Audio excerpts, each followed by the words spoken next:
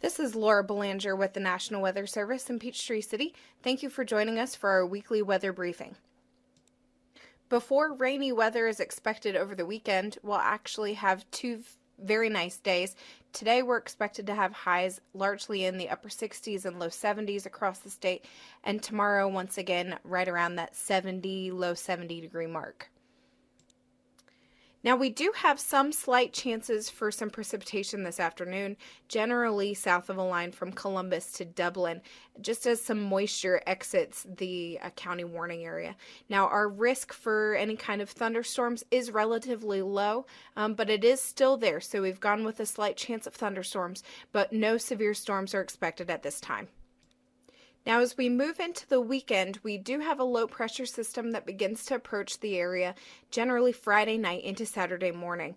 Now, the moisture that you see on these images here is those colors. That's what starts spreading into the state, and the chance for any kind of precipitation spreads eastward across Georgia overnight, Friday night into Saturday. Now, there is a slight chance of thunderstorms overnight, but in general, for any kind of severe risk, we're looking more at during the day on Saturday. So this slide is showing the same model as on the last slide, but we're seeing Saturday afternoon and Saturday night and where that moisture is located. Now you can see that the potential for severe storms through the day is going to be more during the Saturday afternoon time frame into the early evening hours, and then that moisture moves off to the east and we begin to start to see some clearing. Now, these storms are expected to be more of in a line rather than the supercells, the storms off by themselves. But it is expected to have both a damaging wind and potentially a large hail threat. Now, lucky for us, the models are showing that the best instability should be off in Alabama, Mississippi, those states to the west of us. So although we do have a slight risk, it's maybe potentially not as bad as we could have in those western states. As I mentioned, the Storm Prediction Center does have us outlooked as a slight risk area across a large majority of the state of Georgia.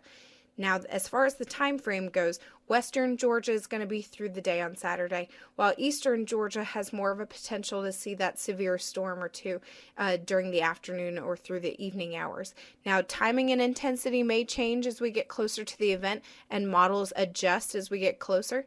Now, our main concerns are going to be the damaging winds and the large hail, as I previously mentioned. Through this whole Saturday rainfall event, we are expecting, in general, a widespread 1, maybe 1.25 inches. Portions of eastern Georgia could see something closer to 1.5 inches. Now, there will be periods of moderate to heavy rain, and we are already wet. Our soils are already very wet across the area. So localized flooding is going to be possible. Those small streams and creeks, particularly, and those flood-prone areas would be the first area of concern for that localized flooding possible. I don't think I have to tell anybody that we have been wet the last 2 weeks. The percent of normal rainfall over the last 14 days has been running anywhere between 200 or more % above normal where we should be for this time of year.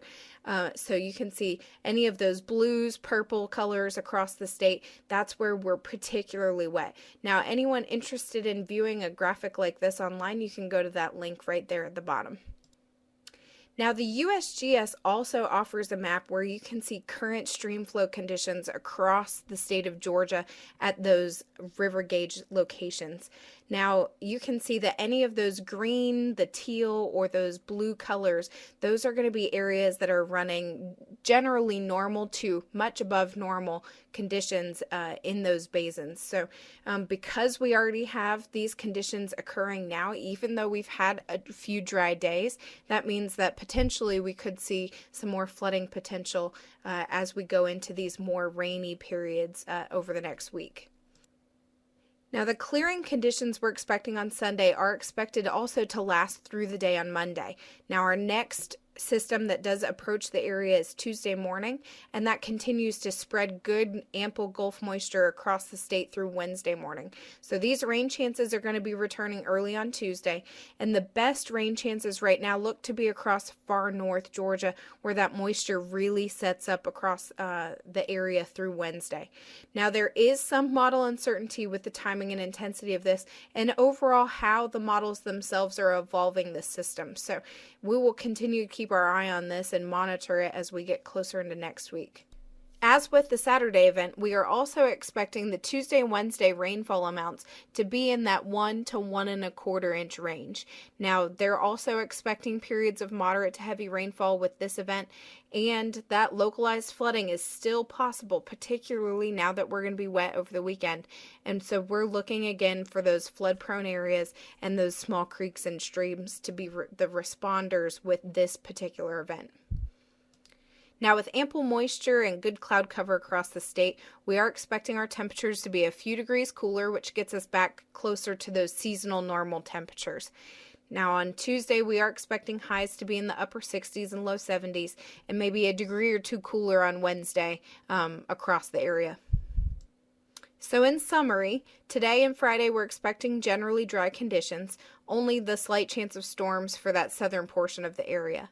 Now Friday night through Saturday night, that's when the rain returns. We're looking for those severe storms to be possible on Saturday, and our main concerns are going to be the damaging wind threat and possible large hail.